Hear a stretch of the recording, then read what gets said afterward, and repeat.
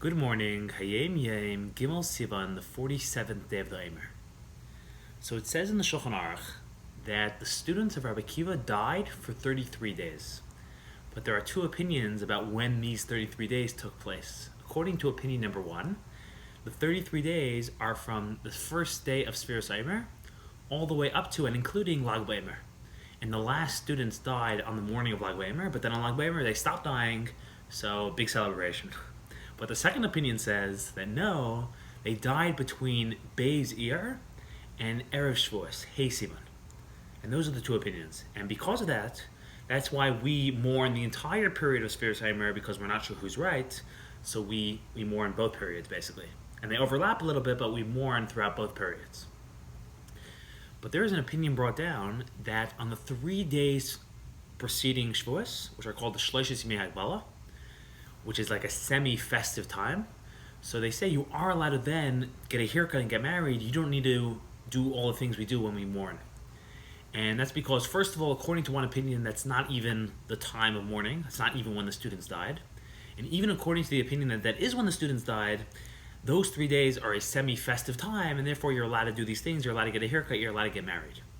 But the Rebbe begins by telling us that the Rebbe Rashab, the fifth Chabad Rebbe, was very displeased with anybody and with people that would make use of this heter and would get a haircut during this time, during the Shloshe Yimei Hagbalah. In the year 1940, the Frieidker wrote a public general letter to the yeshiva students, to the yeshiva Bachrim in America and Canada. And basically, these students, the Bachrim, are the keepers of the Torah. So Shavuos has a special connection to them. So the Frieidker wrote them a letter in honor of the upcoming holiday of Shavuos. And he told them that Shavuos is your holiday, it's the holiday of the Bachrim. And then he quoted to them a passage in the Gemara. The Gemara says that when Moshe Rabbeinu came down from Mount Sinai, when Moshe Rabbeinu came down with the Torah, when he came down from heaven, so it says the Satan came running to Hashem, and he said, where did the Torah go? Where's the Torah? He saw the Torah was missing. And that's what the Gemara says. And over there, Tosfos asks a very simple question. He says, the Satan didn't know? Satan didn't see Moshe take the Torah? He didn't know that Hashem had just given the Torah to Moshe? What was he asking? And Tosfos answers that no, the Satan didn't know, because Hashem had preoccupied the Satan. He kept him busy, he kept him preoccupied and disturbed while he was giving Moshe the Torah, so he wouldn't try to stop it. And he wouldn't say that in 40 days from now, in a couple of days, they're gonna serve the golden calf. They're gonna serve idols. It's gonna be terrible. Don't give them the Torah. And he would try to do everything he could to stop it from happening. So to stop him from stopping it from happening, Hashem kept him busy. Hashem kept him preoccupied. That's what Tosfos writes. And the Frieidker says in the letter, from this Tosfos, if you look closely, if you peruse the Tosfos, what emerges and what you'll see and what you'll realize is two things. First of all, Tosfos is basically saying that Hashem deals with the Satan on Shavuos. Hashem acts towards the Satan on Shavuos the same way he deals with him on Rosh Hashana and Yom Kippur. Because elsewhere the Gemara tells us that both on Rosh Hashana and Yom Kippur, the Satan is dealt with. He's preoccupied, he's busy. He's mixed up and confused, and he's too busy to try to fight the Yidden and to try to interfere with what's going on. And so the Frieidker said, Tosfos is learning that in the same way, there's a third time every year on Shavuos that the Satan is preoccupied and kept busy and is all mixed up.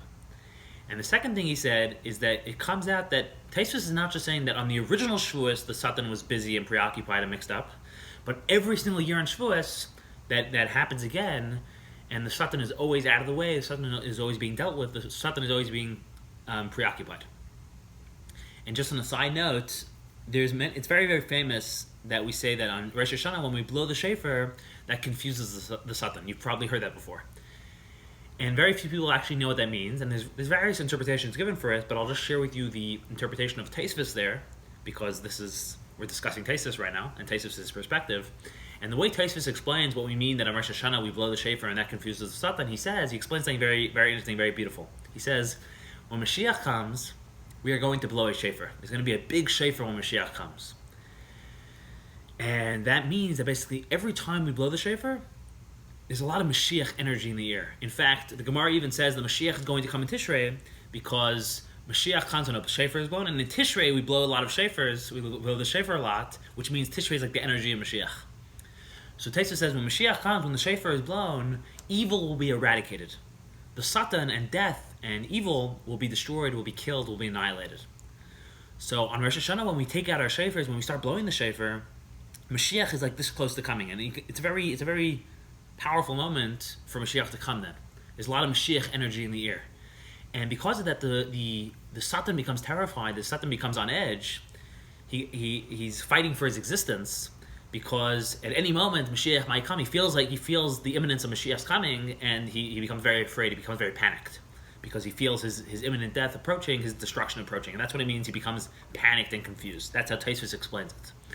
But in any event, so the Frieidker said Tosfos is saying that on Rosh Hashana the Satan is confused, and on Yom Kippur he's confused, and on Shavuos he's confused.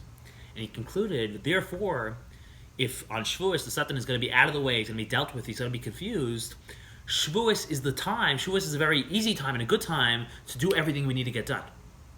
With regards to, there's different holidays have different avodas, different things we're meant to be working on. Shavuos, we're meant to mainly be working on receiving the Torah.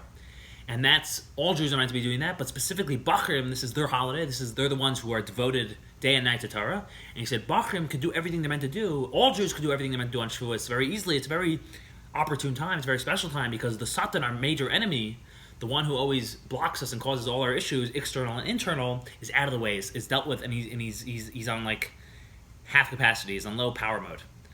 And he's very feeble on that day, and it's an amazing day to make all the breakthroughs you want to make and to accomplish everything you want to accomplish, and especially what you're meant to accomplish on Shavuos.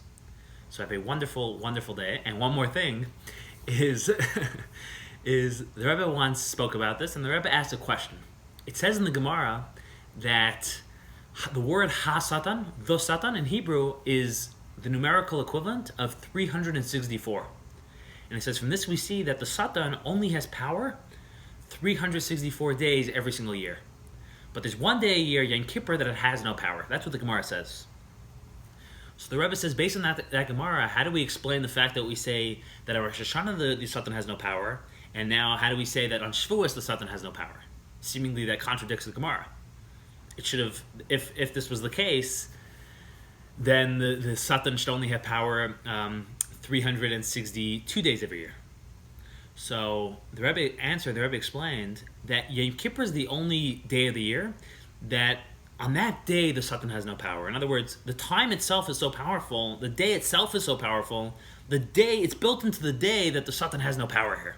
The Satan can't enter that realm of space, that time of space. It's such a holy cocoon, the day of Yom Kippur, that the Satan can't have any influence and power there on that day of Yom Kippur. He said, Rosh Hashana and Shavuos are not like that. We need to do something to kick the Satan out. We need to do something to confuse the Satan. On Rosh Hashana, we have to blow the shofar.